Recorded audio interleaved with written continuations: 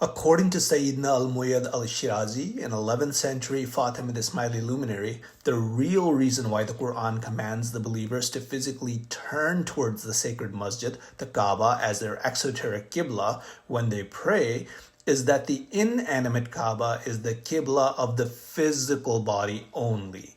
The proper Qiblah for any existent is that reality to which it ultimately returns.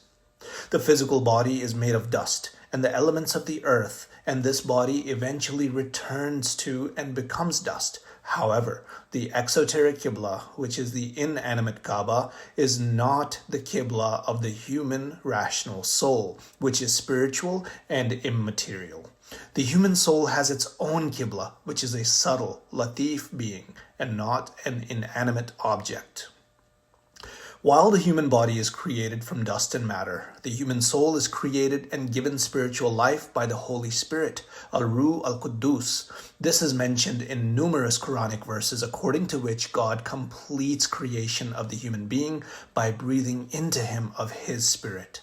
Thus, the origin and basis of human souls is this spirit called the Holy Spirit, the trusted spirit, the spirit, my spirit, our spirit, his spirit, and a spirit of our command in various Quranic verses. The spirit is also the source of the revelation of the Quran and all divine inspiration that reaches human beings. Most importantly, the presence of the Holy Spirit is the reason for the angels' prostration, sujood, to Hazrat Adam. When your Lord said to the angels, "Indeed, I am going to create a human being from clay. So when I have proportioned him and breathed into him of my spirit, Ruhi, then fall down to him in prostration, sajideen." So the angels prostrated, fasajda, all of them entirely. Holy Quran, Surah 38, Ayah 71 through 73.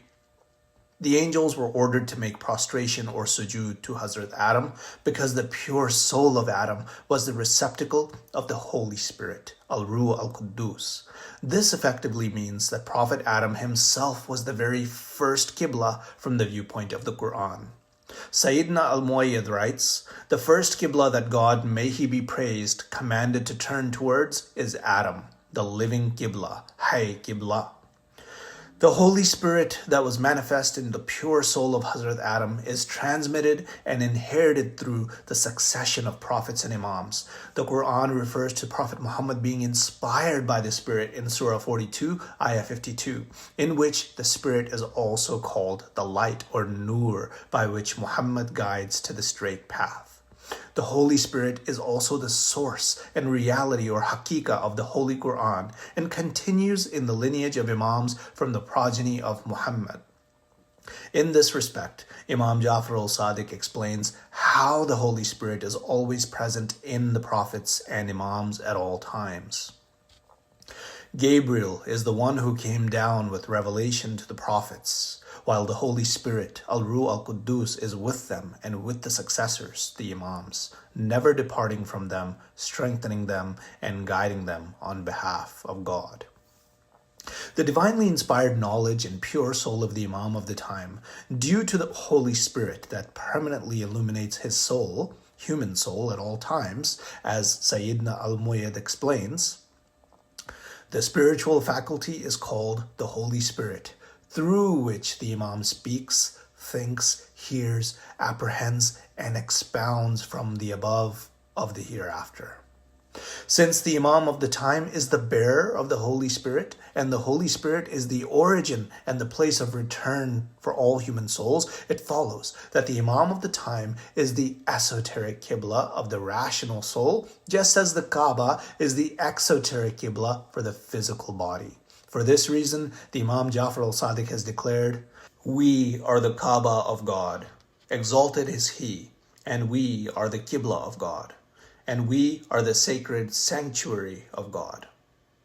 In addition to the example of Hazrat Adam mentioned earlier, the Quran confirms that the parents and brothers of Hazrat Yusuf fell down and prostrated themselves to him when he had rescued them in Egypt.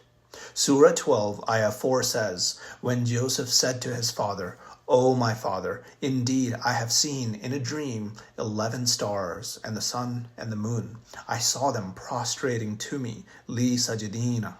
Surah 12, Ayah 99 and 100 say, "And when they entered upon Joseph, he took his parents to himself and said, 'Enter Egypt, God willing, safe and secure.'